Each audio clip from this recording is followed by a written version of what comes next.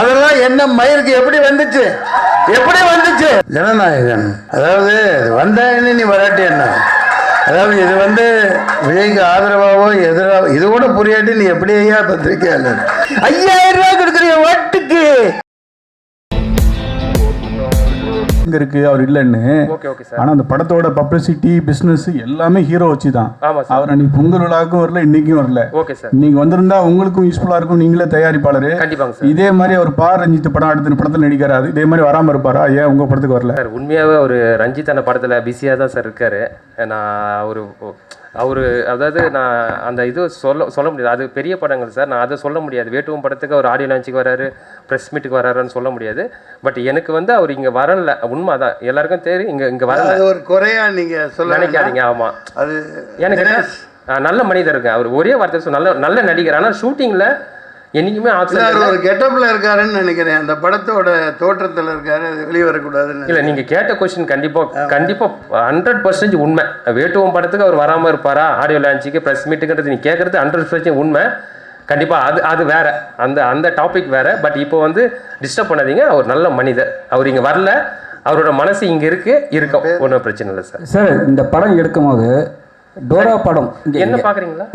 Okay, Dora படம் நம்ம நயன்தாரா நடிச்சாங்க. ஆமா சார். அதுல அந்த காருக்கு ஆவி இருக்கா, ஆவி நாயா இருக்கும். ஆமா, இது மாடா இருக்கு. இது எப்படி நாங்க ஏத்துக்கிறது? ஏன்னா நாங்க ஏற்கனவே அந்த படம் நாங்க பார்த்துட்டோம். இது மக்கள் எப்படி ஏத்துப்பாங்க?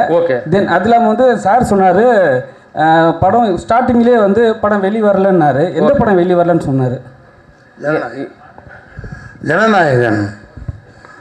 அதாவது வந்தாயின்னு நீ வராட்டி என்ன, அதாவது இது விஜய்க்கு ஆதரவாவோ எதிராவோ இது கூட புரியாட்டி நீ எப்படி ஐயா பத்திரிக்கையாளர், இது கூட புரியாட்டி எப்படி ஐயா. அதாவது நம்ம குடும்பம், சினிமாங்கிற ஒரு குடும்பம், அவருக்குன்னு ஒரு மாஸ் இருக்கு.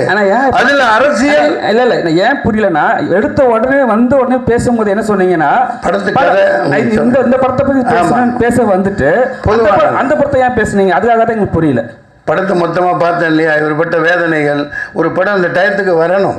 அதான் சொன்னேன் நான், பிரியாணின்னா அன்றைக்கி சாப்பிட்ணும், ஃப்ரிட்ஜில் வச்சு 4 நாள் கழிச்சு சாப்பிட்றதுக்கு பேர் பிரியாணி இல்லை. அந்த மாதிரி அது மிகப்பெரிய கொடுமை. அந்த மாதிரிலாம் இனிமேல் இருக்கக்கூடாதுன்னா ஒரு சரியான கேர்ஜி மாதிரி, ஒரு ராவுத்தர் மாதிரி ஒரு சரியான ப்ரொடியூசர் கவுன்சிலில் ஒரு ஆள் இருக்கணும். அநேகமாக எல்லாம் நல்லாயிருக்கும், யாரையும் குறை சொல்கிறதுக்கு இல்லை.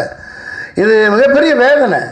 அது ஒரு மாஸ் ஹீரோ, என்ன அரசியல் நடக்குன்னு தெரியல. கோட்டுங்கிறான், அங்கேங்கிறான், மறுபடிங்கிறான், ஆர்டருங்கிறான். என்னடா நடக்குது இந்த நாட்டில்?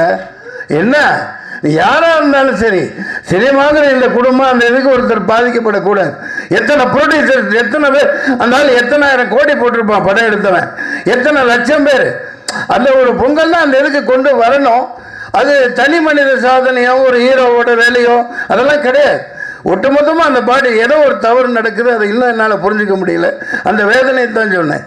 ஏன்னா இவர் தான் பணத்தை போட்டு இவ்வளோ கஷ்டப்பட்டு எடுத்திருக்காங்க இல்லையா. அதனால இந்த சினிமாவை நம்பித்தான் நம்ம பிரஸ் எல்லாமே இருக்கும். அதனால அதெல்லாம் களையணும்னா உண்மையான கருப்பன்கள், உண்மையான ஒரு ஆர்வலர், இந்த நாட்டை நேசிக்கிறவங்க வரணும். சார், டைரக்டர் சார், மன்சூர் சாருக்கு படம் முழுக்க இங்கேயும் சாப்பாடை பற்றி தான் பேசுகிறாரு.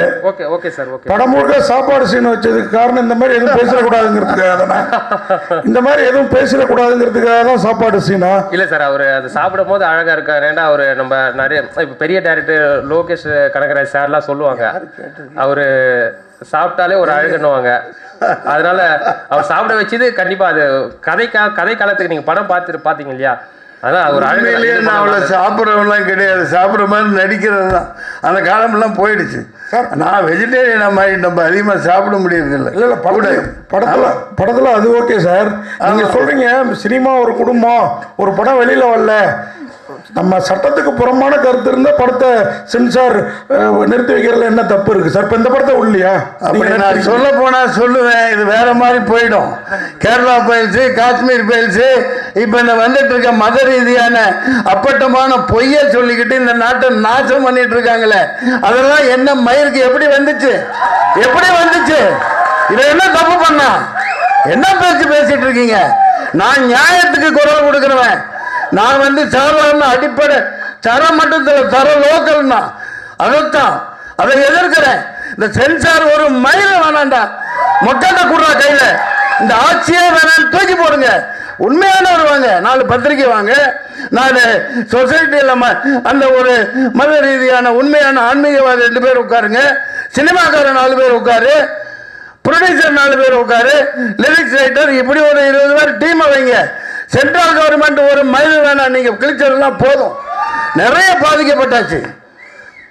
நன்றி, வணக்கம் சார். மருத்துவகான் சார் வாங்க, விட்டுற மாதிரி இல்லை உங்களை, வாங்க இங்கே வாங்க. தோருங்க நீங்க உள்ள நேரம் சென்சார் என்ன வேணாலும் கேட்கலாம். சென்சார் போர்டை கேட்டீங்கல்ல, நான் படம் எடுக்கிறவன் தான், எனக்கு சொல்றதுக்கு உரிமை இருக்கு. வாழ்க்கை ஜனநாயகம் படத்தை 2 வருஷம் தூக்கிட்டு டெல்லிக்கு பொட்டி தூக்கிட்டு அலைஞ்சேன். இந்த ஞானசேகரன் கொடுக்கல, கடைசியில் நான் பொட்டியை தூக்கிட்டு இப்போ மாதிரி டிஜிட்டல் கிடையாது, அது வேற காலகட்டம். நான் சமாளிச்சுட்டு வெளியே வந்துட்டேன். வாழ்க்கை ஜனநாயகம்னு படம் அது நல்லா ஓடிச்சு. ஒரே ஒரு ஷார்ட் இருந்துச்சு, இந்தியா விற்பனைக்குன்னு போட்டிருந்தேன். இது இந்தியா விற்பனைக்குன்னு போட்டிருந்தேன். நான் ஒரு காலாங்கடை வியாபாரி. அதில் மேப், உலக மேப் இருக்கும், இந்தியா மேப் இருக்கும், விற்பனைக்குன்னு போட்டு மேப் போட்டிருந்தேன். அதை தூக்குனாருன்னா தூக்க முடியாதுன்னு தக்காளி. இப்போ நாட்டை நாசம் பண்ணி இந்தியாவை உண்மையிலேயே வித்துட்டு இருக்காயா?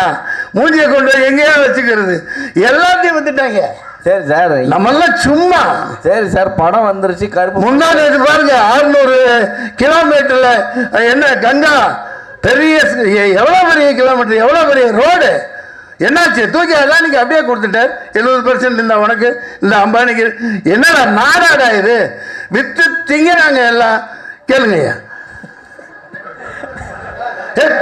இல்லை சார்,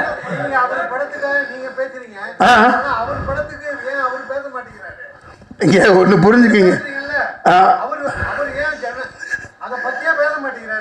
காரணங்கள் இருக்குங்க, காரணங்கள் இருக்கும். அது அவர்கிட்ட தானே கேட்கணும். நான் ஒரு சினிமாக்காரனா, என் குடும்பஸ்தனா, எப்போ தேவையோ அப்போ குரல் கொடுக்க வேண்டியது ஒரு ஆதங்கம். நான் எப்போ ரிலீஸ் ஆனால் குடும்பத்தோடு போய் பார்ப்பேன், இதே தேட்டரில் பார்ப்பேன். அதை பதிவு பண்ணிருக்கேன், எல்லாத்துக்கும் தெரியும். இப்போ ஏங்க நீங்கள் தனிப்பட்ட தாக்குதல்லாம் நடத்த வேணாம். அவர் தயாரிப்பாளர் எவ்வளோ பாதிக்கப்பட்டிருக்காங்க, லட்சக்கணக்கான ரசிகர்கள், கோடிக்கணக்கான பேர். அது ஒரு ஆஃப்டர் சினிமா தானே, தூக்கி போட்டலாம், அது வேற விஷயம். ஆடியோ லான்ச்ல எடுத்துட்டு இருப்பார் சார் அவரு. ஆடியோ லான்ச்ல எடுத்துருக்க வரா, அப்புறம் என்ன ஆடியோ புரியல? ஆடியோ லான்ச் ஆமாங்க, அதான் மலேசியாவில் தான் மாலிக் பாய் பின்னிட்டானே. மலேசியாவே தூக்கி போட்டு அது வரைக்கும் உலக சரித்திரத்தில் இல்லாத அளவுக்கு பண்ணியிருக்காரு. அவர் தான் ஏழையா சார்? நீங்க குரல் கொடுத்துனுறீங்க. தமிழ்நாட்டில் நடத்திருந்தா பரவாயில்ல. நான் வந்து ஒரு ப்ரொடியூசரா அதோட பேசுறேங்க. ஆடியோ லான்ச் பல கோடி போயிருக்கோம். ஆமா, ஏன் தமிழ்நாட்டில் இருக்க மலேசியாவில் போய் வைக்கிறீங்க? என்ன பேசுறீங்க? அமெரிக்காவில் கூட வைப்பாங்க. நம்ம தமிழ் சினிமா எங்க போயிருக்குது? துபாயில கூட வைக்கலாம். நல்லா நடந்துச்சா? அங்க என்ன பேசுறீங்க? டிக்கெட் விற்பனை பண்ணி தான் சார் உள்ள அலோவ் பண்ணாங்க. எது? டிக்கெட் வித்து தான் உள்ள. அதனால உங்களுக்கு என்ன போகுது? நீங்க வைத்தறிச்சல் பண்றீங்க. கடைசி வரையும் வரல, கடைசி வரையும் கஷ்டப்படுறீங்களே. அதான் சின்ன படம். அது வெறுப்பு அரசியல் கூடாது.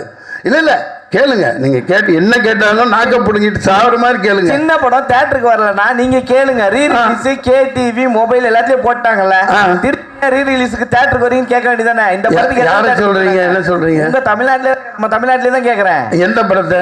எல்லாம் இதோ இப்ப கூட தான் கீழ மங்காத்தா போயிட்டு இருக்கு, கில்லி போயிட்டு இருக்கு. லைனா புது படங்கள் வழி விடுங்கன்னு சொல்ல வேண்டியதானே? ஏங்க இதெல்லாம் ஒரு விஷயமா? நான் கவுன்சில் இருந்தேன், நானும் தயாரிப்பாளர், நான் 11 கூட எடுத்துருக்கேன். இல்ல சார், தியேட்டர் கிடைக்கல. இப்ப அவர்கிட்ட டைரக்ட் கேளுங்க, அவர் ப்ரொடியூசர். அதுதான் நண்பரு, தியேட்டர் கொடுக்க மாட்டேங்கிறாங்க, ஓடிடி கொடுக்க மாட்டேங்கிறாங்க. இதெல்லாம் சேனலைஸ் பண்ணணும். சரியான ஒரு பாடி இருக்கணும். ராணுவம் மாதிரி ஒரு நம்ம தயாரிப்பாளர்கள், ஏன்னா அவங்க தான் கடவுள்கள், அவங்க தான் முதலாளிகள். அதனால சகோதரர் கேட்டார், நண்பர், பழைய நண்பர் தான் அவர். நான் இவருக்கு வக்காலத்து வாங்குறதுக்கெல்லாம் வரல, ஆதங்கம். அவர் பேச மாட்டேங்கிறாரு, பேச மாட்டேங்கிறாரு. மன்சூர் சார், அவர் 2000 ரூபாய் ஒரு ரசிகர்களையும் டிக்கெட் வித்து வதைக்கிறாரு. படம் ரிலீஸ் ஆகலன்னா ப்ரொடியூசர்ஸ் ஆகுறாங்க. அவர் பேச மாட்டேங்கிறாரு.